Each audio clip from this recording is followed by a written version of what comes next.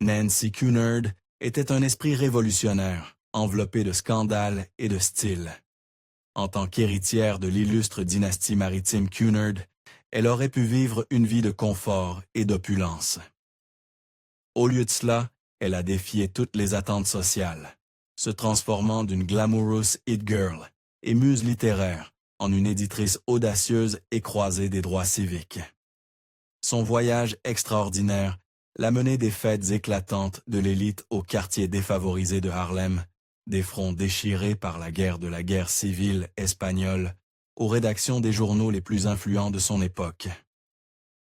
L'apparence saisissante et le style unique de Nancy, avec ses turbans dramatiques, ses yeux soulignés de col noir et ses piles de bracelets en ivoire et en ébène, en ont fait une icône de la mode. Elle fut la muse et l'amante de nombreux grands de sa génération, y compris George Bernard Shaw, Aldous Huxley, T.S. Eliot et Pablo Neruda, apparaissant comme personnages dans nombre de leurs œuvres. Sa tumultueuse liaison amoureuse avec le musicien de jazz afro-américain Henry Crowder et sa quête incessante pour l'égalité raciale ont scandalisé la société londonienne, l'éloignant de sa mère aristocrate et faisant d'elle une cible du Ku Klux Klan. Cependant, derrière le charme et l'activisme, Nancy luttait contre des démons intérieurs, l'alcoolisme, des sautes d'humeur violentes et l'anorexie. Sa vie, un tourbillon de glamour, d'aventures amoureuses et de lutte pour des causes justes, s'est terminée dans un isolement tragique, lorsqu'elle est morte sans argent, abandonnée par ses amis et à moitié folle, dans une chambre d'hôtel à Londres. Rejoignez-nous dans ce voyage, à travers la vie extraordinaire et scandaleuse de Nancy Cunard, l'héritière qui a choisi la révolution au détriment du privilège. Nancy Whistle naît le 10 mars 1896. Son père, Sir Bache Cunard, était l'héritier de la fortune maritime Cunard, fondée par son grand-père. La compagnie Cunard était mondialement reconnue pour avoir créé le Lusitania, un navire célèbrement coulé par un sous-marin allemand, un événement qui a poussé les États-Unis à entrer dans la Première Guerre mondiale. Malgré sa richesse, Sir Bache avait besoin d'une épouse américaine fortunée pour maintenir sa propriété. Sa mère, Maud Alice Burke, était une jeune femme de 23 ans, blonde, aux yeux bleus et au tempérament ardent, avec une dot de 2 millions de dollars. Elle cherchait un titre. Lui cherchait de l'argent. Lorsqu'elle donna naissance 1 an après leur mariage, Maud sentait déjà que c'était une erreur, déclarant « La maternité est cédée quelque chose d'inférieur, de bas, et je ne serai plus jamais enceinte. » Nancy a eu une enfance solitaire. Ses parents passaient rarement du temps ensemble ou avec elle. Bien qu'il fût courant à l'époque que les enfants soient laissés aux soins de gouvernantes ou de nourrices, ses parents la laissaient souvent seule, pendant des semaines ou des mois. Nancy se décrirait plus tard comme une enfant détachée et solitaire, ne recevant aucune affection physique de ses parents. George Moore, un écrivain et ami de la famille, était la seule personne à l'encourager dans la lecture et la poésie. Des rumeurs suggéraient que Moore était son père biologique, bien que cela ne fût pas vrai.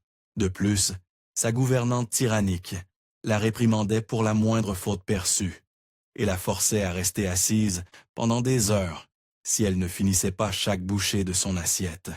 Nancy la détestait, et cela a probablement contribué aux troubles alimentaires qu'elle a eus tout au long de sa vie. Sa mère, Maud, était profondément amoureuse de Thomas Beecham, un chef d'orchestre, et avait établi une maison près de lui à Cavendish Square, emmenant Nancy avec elle, ce qui a conduit la reine elle-même à critiquer cette liaison trop publique. Nancy était une enfant brillante qui apprit à parler 5 langues. Elle étudia à Munich et fréquenta une école de raffinement à Paris, où elle dévora la littérature russe et tomba amoureuse de la ville. Lorsque Nancy approcha de son 16e anniversaire et de son entrée dans le monde, sa mère commença à montrer un réel intérêt, espérant que Nancy trouve un parti dans la haute société. Nancy était considérée comme une beauté et avait de nombreux admirateurs, mais elle résistait à s'habiller comme sa mère le souhaitait, préférant son propre style. Elle était agacée par la cérémonie ridicule de sa présentation à la cour, où elle dut faire une révérence devant la reine. Les bals de débutantes l'ennuyaient. Tout est pareil, des hommes ennuyeux ayant les mêmes conversations vides, écrivit-elle. Sa beauté frappa le prince de Galles, le futur Édouard, qui montra de l'intérêt, mais elle rejeta ses avances à la grande consternation de sa mère, le trouvant ennuyeux. Elle arrivait en retard, aux bals et aux fêtes, préférant sortir avec ses amis dans les clubs de Soho à Londres et se mêler aux poètes, écrivains et artistes. Elle sentait que c'était un monde différent et plus authentique que celui que sa mère voulait. Lorsque la Première Guerre mondiale éclata, l'anxiété envahit Londres et Nancy commença à boire davantage, passant des nuits à faire la fête avec des amis. Elle commença à avoir des cauchemars sur ce que les gens qu'elle connaissait vivaient au front et entendaient les histoires des soldats. Elle se sentait honteuse de sa propre sécurité privilégiée. Dans son poème de 1916, Remords, elle se décrivait comme gaspilleuse et vide, déprimée et pleine de culpabilité. Nancy rencontra Sidney Fairbairn, un soldat qui se remettait de blessures de guerre. Ils avaient un feu en commun, mais il tomba profondément amoureux d'elle. Voyant cela comme un moyen d'échapper à la maison de sa mère, Nancy accepta de se marier. Son mariage fut malheureux. Sidney était sociable et invitait souvent ses amis de l'armée, où ils parlèrent de sport et d'affaires régimentaires. Nancy se sentait étouffée et incapable de se concentrer sur sa poésie. Lorsqu'il fut suffisamment rétabli pour retourner à la guerre, Nancy était heureuse de se débarrasser de lui. Après son départ, elle entama une brève liaison avec T.S. Eliot, ayant lu la chanson d'amour de J. Alfred Prufrock et en étant profondément inspirée. Cependant, elle tomba bientôt amoureuse d'un autre soldat, Peter Brockton Adderley, en permission. Ils se lisaient de l'un à l'autre dans son jardin, et Nancy était certaine qu'elle divorcerait de Sidney à la fin de la guerre. Cependant, lorsque Peter retourna à la guerre, il fut touché à l'estomac et mourut. Certains de ses amis dirent un an plus tard que si Peter avait vécu, sa vie aurait été très différente et que sa mort conduisit à sa ruine finale. Cependant, elle en voulait maintenant à Sidney d'avoir survécu et voulait avoir peu à faire avec lui. Lorsque la guerre prit fin, Nancy voulait également quitter Londres. En Grande-Bretagne, la population féminine dépassait désormais la population masculine de 2 millions. Et des comportements comme boire et fumer de la part des femmes, qui avaient été tolérés pendant la guerre, étaient désormais vus comme un signe de faible moralité. Pour Nancy, les remèdes les plus simples à la désespérance étaient l'alcool et le sexe.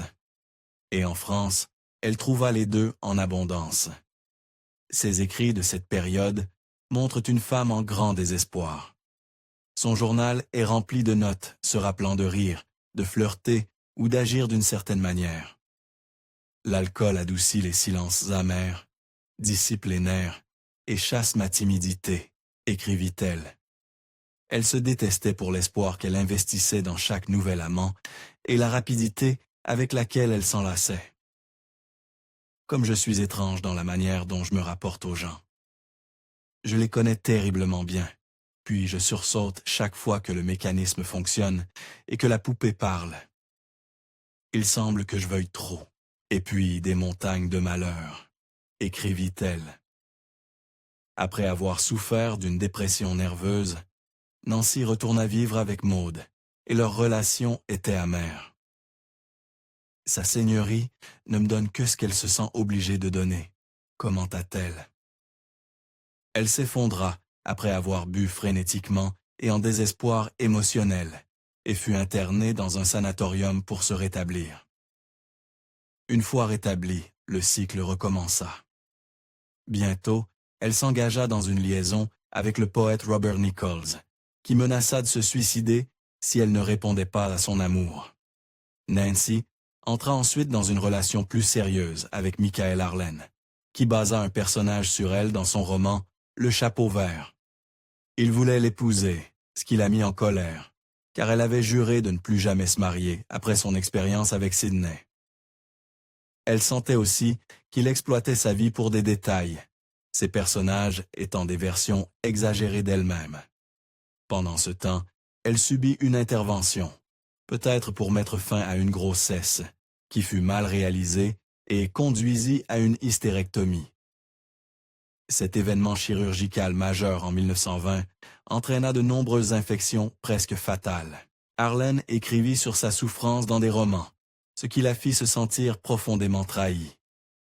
Lorsqu'elle se rétablit, elle se familiarisa avec la foule de la rive gauche, y compris Pound, les Fitzgerald et Stein. Les journaux suivaient ses déplacements à travers l'Europe, présentant une image d'une femme riche et confiante. Mademoiselle Nancy Cunner met en œuvre ses idées avec courage et succès, disait un journal. Elle fut l'une des premières à adopter la coupe à la garçonne. Derrière la façade, elle devenait de plus en plus maigre, survivant au champagne ou au vin blanc. Année après année, elle devenait plus critique envers sa mère. En 1926, lorsque Maud changea son nom en Emerald sur les conseils d'un numérologue, Nancy refusa de le reconnaître. Elle voulait désespérément trouver l'amour, mais craignait tout autant d'être piégée. Au printemps 1922, elle entama une brève liaison avec l'écrivain Aldous Huxley, qui la qualifia d'« énigme exaspérante ». Elle était réceptive à son intérêt, mais dit de ses compétences amoureuses. C'était comme être traquée par des limaces. Une version d'elle apparut dans 3 de ses œuvres, notamment comme le personnage Mira dans Antic Hay. Les écrivains peinaient à trouver des adjectifs pour la décrire. Pour David Garnett, sa peau était aussi blanche que des amandes. Pour Harold Acton, sa tête était sculptée dans du cristal. Pour William Carlos Williams, c'était une femme blonde aussi grande qu'une lance. Pour George Moore, elle avait un dos aussi long qu'une belette. Elle s'habillait de turbans et d'écharpes, de grandes boucles d'oreilles africaines et de bracelets en ivoire. Ses yeux étaient allongés avec du col dramatique, et son rouge à lèvres était une ligne écarlate qui donnait à sa bouche une tension dramatique. Cependant, elle ne voulait pas être définie par son apparence, mais par son écriture. Durant la première moitié de la décennie, elle écrivit des poèmes, essayant de perfectionner son style, et publia 3 recueils de poésie. Elle reçut quelques éloges, mais beaucoup de critiques estimaient qu'elle n'était pas originale, et elle commença à douter d'elle-même. Elle lança également une petite maison d'édition financée par son père. Bien que sa relation avec Sir Bache fût devenue tendue, elle l'aimait de tout son cœur. Et lorsque sa santé commença à décliner en 1925, elle resta à ses côtés jusqu'à sa mort, se souvenant qu'ils s'étaient rapprochés pendant cette période. Elle commença également à sortir avec Louis Aragon, l'un des fondateurs du mouvement surréaliste qu'elle qualifiait de « délicieux ». Il lui donnait des leçons sur l'authenticité de la culture noire et la décadence de l'Europe. Leur relation était conflictuelle. Nancy finançait son mode de vie et se moquait de lui pour cela. Lors d'un voyage à Venise, les tensions s'intensifièrent et Aragon menaça de se suicider. Nancy le provoqua froidement, disant qu'il manquait de courage. Aragon partit furieux et fut retrouvé plus tard après une surdose de somnifères. Il se rétablit, mais quitta immédiatement pour Paris, déclarant qu'il recommencerait s'il restait avec Nancy. Nancy fut indifférente à son départ et resta à Venise, où elle trouva bientôt un nouvel amour. Dans un bar local, Nancy rencontra le pianiste noir Henry Crowder. Elle fut complètement éprise de lui. Au début, il était réticent, mais ils entamèrent bientôt une liaison qui scandaliserait la société. Henry avait grandi dans un village pauvre de Géorgie, jouant pour le chœur de l'église et apprenant la musique à la YMCA. Il s'était frayé un chemin à travers les États-Unis en lavant des assiettes et en jouant du piano dans un bordel, jusqu'à devenir un nom respecté dans la scène jazz de Washington. Son groupe avait eu l'opportunité de jouer en Europe. Il était si brillant et fragile que je suis tombée amoureuse au-delà de toute raison, dit-elle.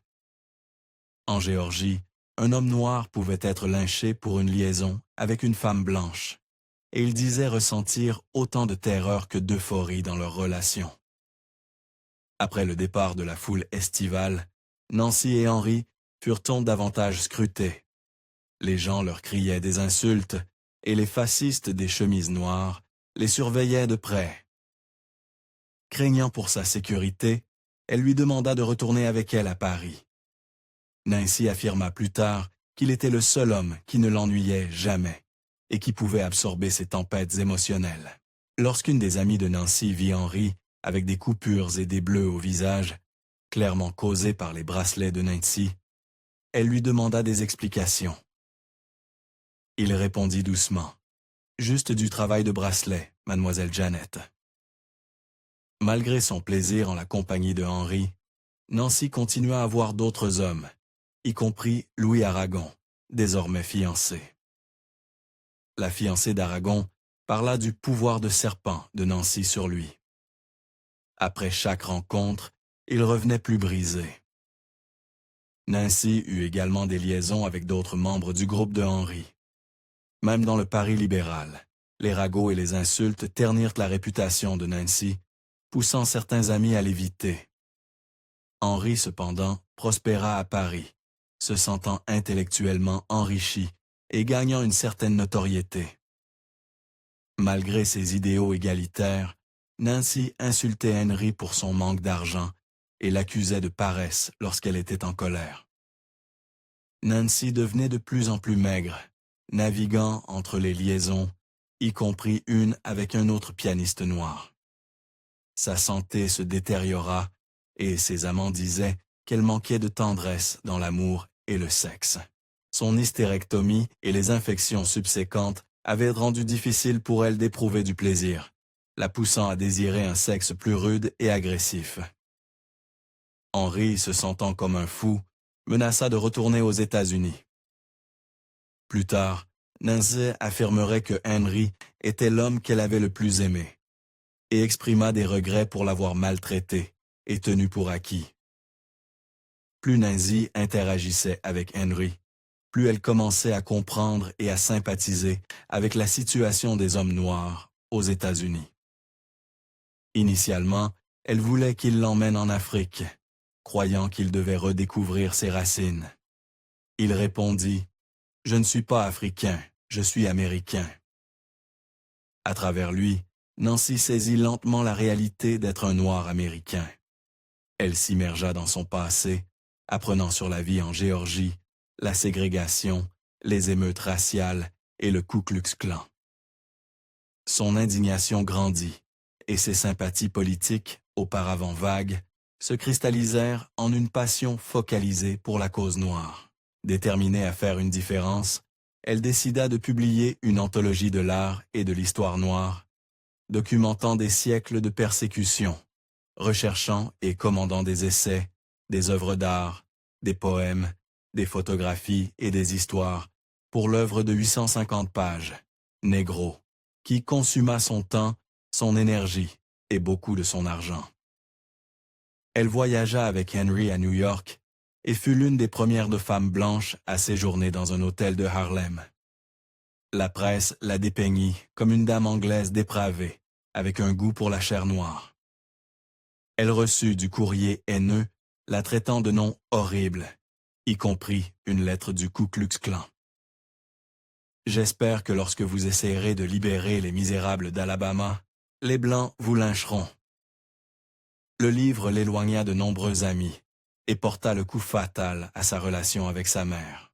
Tout le monde savait de la relation, mais sa mère, Maud, n'en parla jamais jusqu'à ce qu'elle soit confrontée par son amie et rivale de longue date, Margaret Esquin, qui demanda à voix haute à propos de sa fille devant tout le monde lors d'un déjeuner. « Comment va la vieille Nancy? Qu'est-ce qu'elle fait maintenant? De l'alcool, de la drogue ou des Noirs. Maude, humiliée dans les cercles sociaux qu'elle chérissait tant, engagea des détectives privés pour les suivre et tenta de faire arrêter et déporter Henry. Nancy était dégoûtée par le comportement de sa mère, et les plans de Maude pour réduire son allocation alimentèrent sa colère. En réponse, elle écrivit 2 essais virulents, directement adressés à sa mère. Le premier, une pièce satirique intitulée « Quelqu'un connaît-il des Noirs ?» reprenait les propres mots de Maude. Le second, « Main noire et Seigneurie blanche », était une attaque personnelle cinglante. Ostensiblement une histoire de 11 pages sur le racisme institutionnel, un tiers de celle-ci condamnait le snobisme, l'extravagance et les préjugés de sa mère. La haine de Nancy traversait l'essai, se moquant impitoyablement de sa mère. L'objectif de son écriture était clair pour tous. Elle envoya des copies à sa mère et à tout son cercle social, y compris au prince de Galles. Les lecteurs étaient horrifiés. Certains amis affirmèrent tant que Nancy était mentalement malade, attribuant ses actions à sa consommation d'alcool et à sa santé déclinante. Même Henry pensait qu'elle était au bord d'une crise nerveuse et la supplia de ne pas envoyer les essais. Mais Nancy, comme toujours, était inflexible. Maude rejeta les essais avec un simple commentaire. On peut presque pardonner à quelqu'un qui est malade. Mais Nancy ne cherchait pas le pardon. Elle ne revit jamais sa mère, ni ne lui écrivit, abandonnant le monde parisien et les fêtes de sa jeunesse. Sa relation avec Henry s'effondra lorsqu'il se lassa de ses infidélités et de ses éclats émotionnels, mettant fin à leur tumultueuse liaison. Henry fut son dernier grand amour, et des années après la fin de leur relation, elle voyagea à Venise, et depuis son balcon, versa du vin dans le canal, disant simplement « Pour Henry ». L'éclatement de la guerre civile espagnole offrit à Nancy un nouveau but. En 1936, elle fut envoyée par la presse noire à Barcelone pour couvrir la guerre. Elle tomba amoureuse du pays et de ses habitants, voyant en l'Espagne la lutte mondiale pour la liberté. Écrivains, poètes et idéalistes convergèrent là-bas, et elle se sentit partie prenante d'un mouvement unifié. Elle croyait que la bataille contre Franco façonnerait l'avenir du monde libre. Nancy s'aventura dans les zones les plus dangereuses pour parler avec les gens et donner un coup de main. Même après la défaite de l'armée républicaine, Nancy resta dans les camps de réfugiés, recueillant leurs histoires. Ces reportages déclenchèrent une campagne de secours, apportant de l'argent, du soutien et des fournitures indispensables. En 1941, la guerre la laissa avec peu d'options, autres que de retourner à Londres. Là-bas, elle traduisit pour les forces françaises libres et écrivit sur la profanation de la France. Après la guerre, elle erra de lieu en lieu, s'insurgeant contre le leadership de Franco et le traitement des Noirs. Mais elle manquait d'énergie, de finances et d'amis influents pour avoir un impact. Malgré cela, elle n'eut aucun mal à trouver des amis et des amants, bien que peu se rapprochèrent d'elle.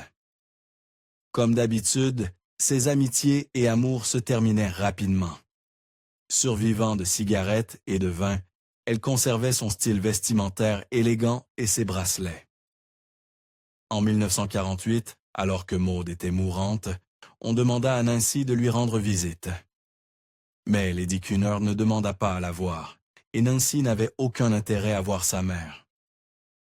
Durant la fin des années 50 en Espagne, le comportement de Nancy devint de plus en plus erratique. Elle engageait des disputes politiques avec des étrangers, faisait des condamnations publiques du gouvernement et exigeait la libération de prisonniers politiques. Ces actions conduisirent à son arrestation et à sa déportation. Lorsqu'elle revint à Londres, elle était émotionnellement brisée et profondément paranoïaque. Les amis qui tentèrent d'aider étaient bien qualifiés d'espions fascistes. Elle errait dans les rues, criant des insultes aux policiers et faisant des avances sexuelles scandaleuses à des étrangers. Finalement, elle fut arrêtée et placée dans un sanatorium. Dans des lettres, elle déplorait la futilité de sa vie, sentant qu'elle avait échoué à trouver l'amour, à devenir poète ou à faire une différence dans le monde. À sa sortie, sa santé physique se détériora rapidement. Diagnostiquée avec un NPM, elle s'engourdissait avec des quantités croissantes d'alcool. En 1965, elle fit une mauvaise chute, trébuchant et se fracturant le fémur. Mélangeant des médicaments prescrits avec de l'alcool, Nancy sombra dans la folie. Elle refusait de manger, devenant violente et grossière avec tous ceux autour d'elle. Son esprit était fissuré, dit un ami. Tout ce qu'elle faisait était d'insulter tout le monde. Convaincue que son médecin faisait partie d'une conspiration fasciste, elle mit le feu à ses papiers et tenta de s'échapper. Le chauffeur de taxi, voyant son état, la conduisit à un poste de police. 2 jours plus tard, dans la salle d'un hôpital public, elle mourut. Ses dernières paroles, prononcées dans une chambre d'hôtel avec les yeux fermés, furent « Champagne ». Le Evening Standard écrivit sur sa mort, un adieu triste et solitaire pour la coqueluche des années 20. La vie de Nancy Cunard, autrefois brillante par le charme de la haute société et l'éclat littéraire, s'était terminée dans l'obscurité et l'isolement. Sa vie reste complexe.